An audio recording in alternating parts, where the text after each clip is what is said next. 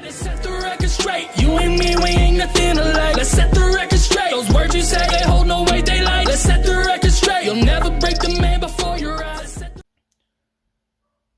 Hello everyone, and welcome back to another Diecast review. Today we have a brand new release, and I mean like a 3-day, 2-day old release, because for whatever reason, this diecast got here incredibly fast. But with me being a junior fan, you know I had to pick this up.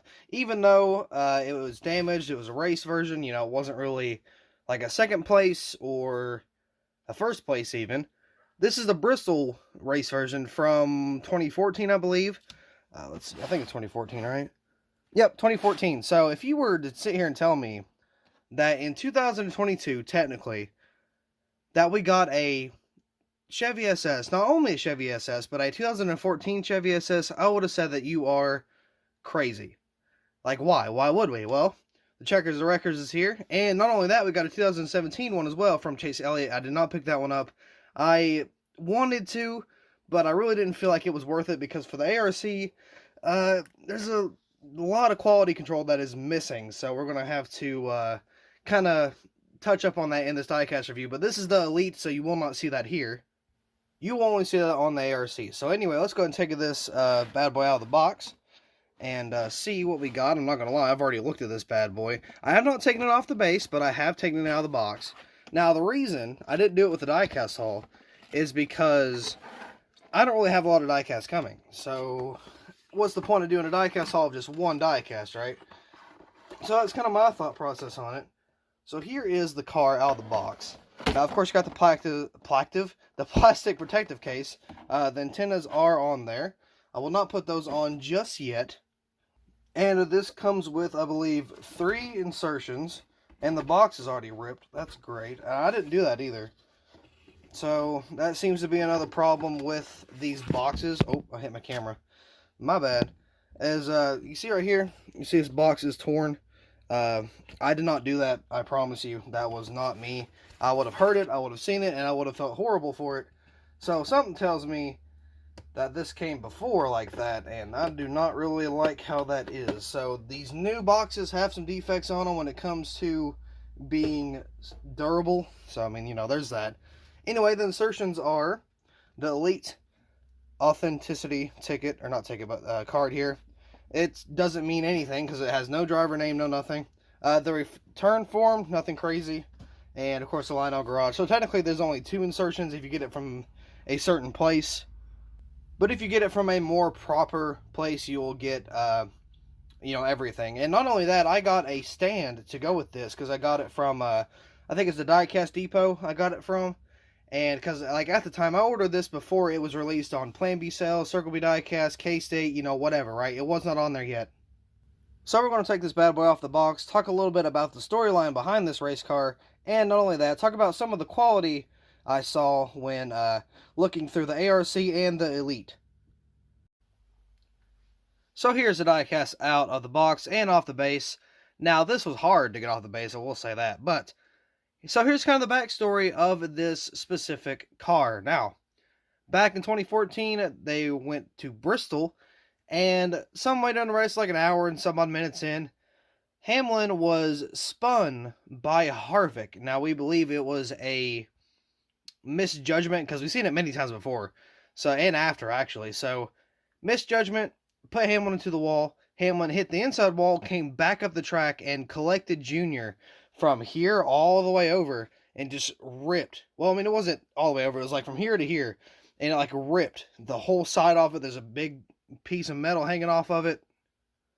The sheet metal, that is. So they either, well, they didn't rip the whole thing off, but they took off what they could and patched it all back with a bunch of bare bond and tape, and they either taped on or painted on the 88. I don't remember how it was done, but obviously this here is nowhere near the same as the one up top and on the other side. So, because I had to have a door number, or just numbers in general, so I threw it on there.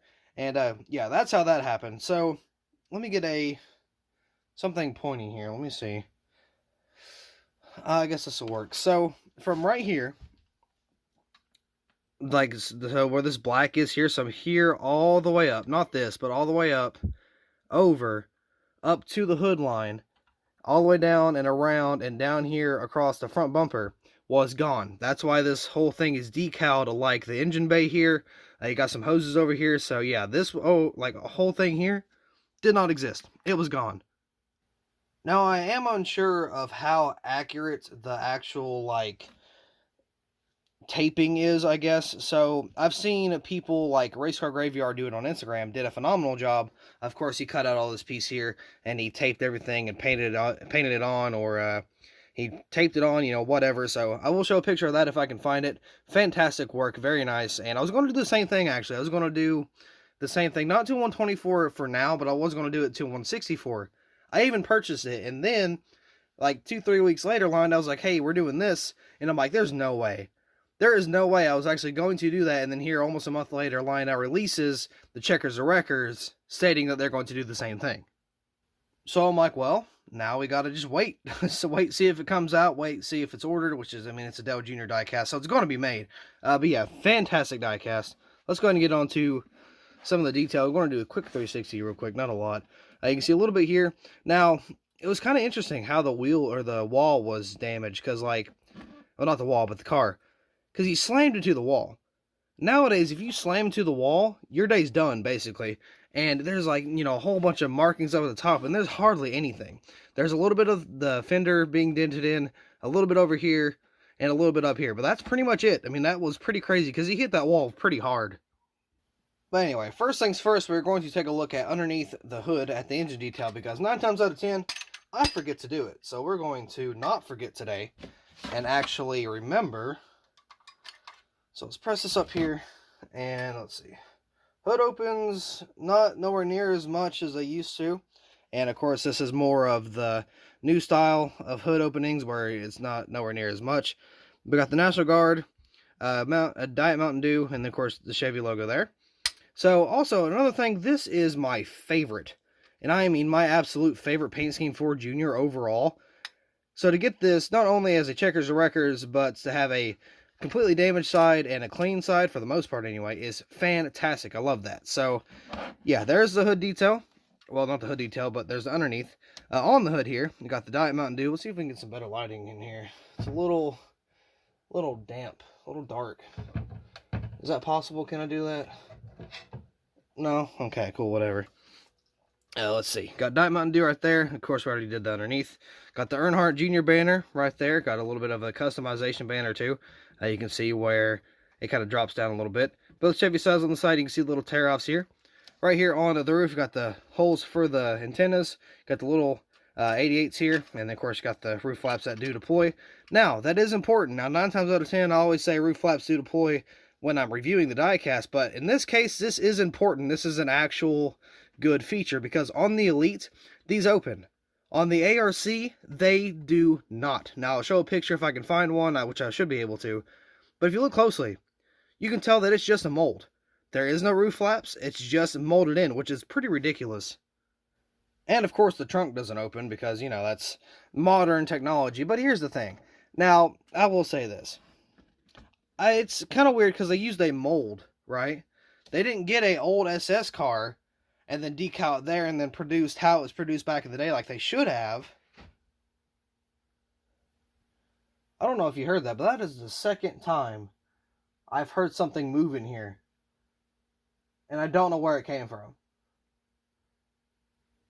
Well, I mean, if I die, I guess. But anyway, back to the car. What was I saying? I got distracted because, again, I heard something move and I don't know what it was. Lost my train of thought. Where was I at? Lionel quality. Something about the Elite. I don't know. I'll just pick up on something. There is also no tethers or braces in here, which, I mean, I kind of expected that. But the tailgate, or not tailgate, this is not a truck. The deck lid was molded to the car, which, I mean, which is weird because nowadays it's not molded to the car, it's just braced in. So it's not even molded. Same with the roof flaps. So I don't know. It's like, well, here's the thing. In the Authentics line, when they used to produce 124s, that was the same mold. Oh, it's snow. Okay. God, it scared me to death because it happened a third time, and then it was from the roof, so it was snow. Snow's falling off the building. Gotcha. Whew. Took me in for a ride right there. But anyway, the hood was like not even, you couldn't even open the hood but the hood was molded out, which is weird. And then the roof flaps wasn't molded out, and neither was the deck lid. So it looks like they used an authentic mold, but replaced it with, actual windows and stuff for this car, which was weird. And then, of course, I was forced to get the Elite pretty much if I wanted any type of decent detail. So I had to get the Elite. And is there any... Yeah, there's suspension. I will give them that. But anyway, we're going to take a look at the deck lid. So, right here, National Guard, almost a Nation's Guard, I'm not even going to lie. National Guard, nationalguard.com. I got the DIN number is 541. I don't know how many were made. I don't know where the... Oh, here's the box. So I got DIN 541 out of 585. That is not a lot made for a junior die cast. So this is a very late production.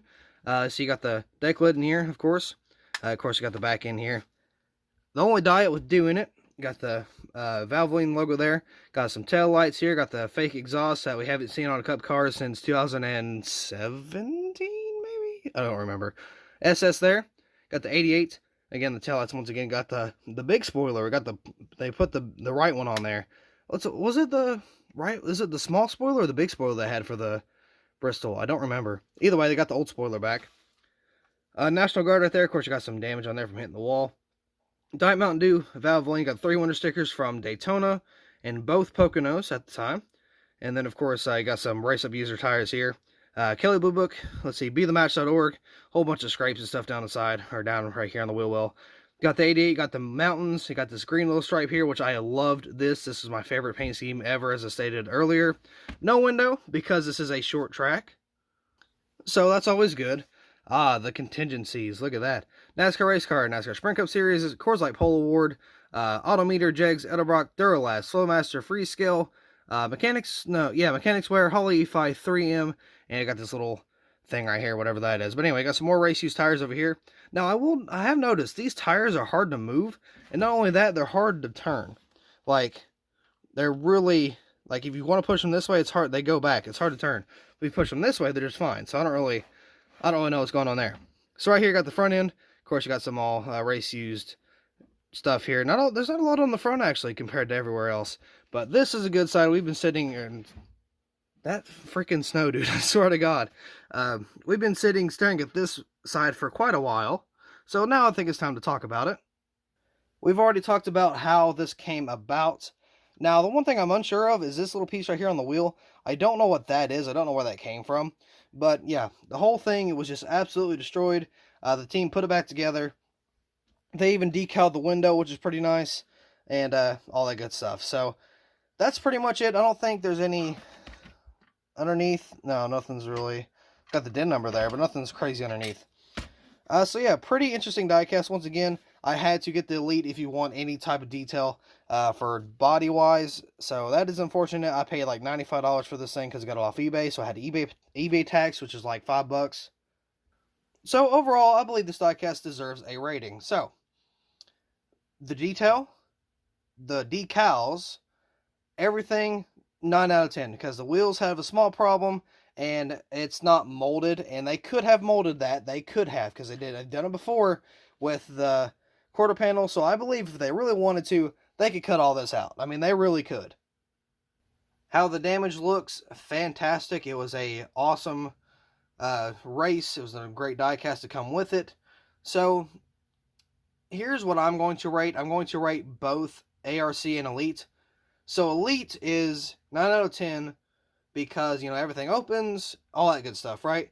But the price is like $90. So that is a lot for a 164 or 124 from 2014.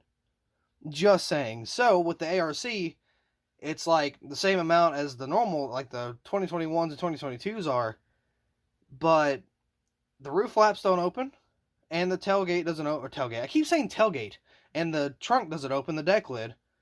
So, for what we pay for that, well, I'm going to give that like a 6 or a 7 out of 10. I'll get a 6.5 out of 10 for the ARCs, because that's kind of stupid. I do hate that. I really do. So, of course, if you want any detail, you should get the Elite like I did. If you cannot afford it, and you really want it, go for the ARC. I could barely afford it. I didn't want to pay any type of money for it. I really didn't, but it was cool to have. And I feel like it's going to be a rare piece down the road. So, I actually took back some of my Charger money, because I'm saving up for like the whole a couple of months until summer hits, and then I'll be using it on the car. So I had to take this out just a little bit because, I mean, it was something, again, I feel like it was going to not be around very long. So, yeah, figured I would get that. But anyway, with that being said, that is all for this diecast review. So thank you all so much for watching. I hope you all enjoyed, and I will see you in the next video.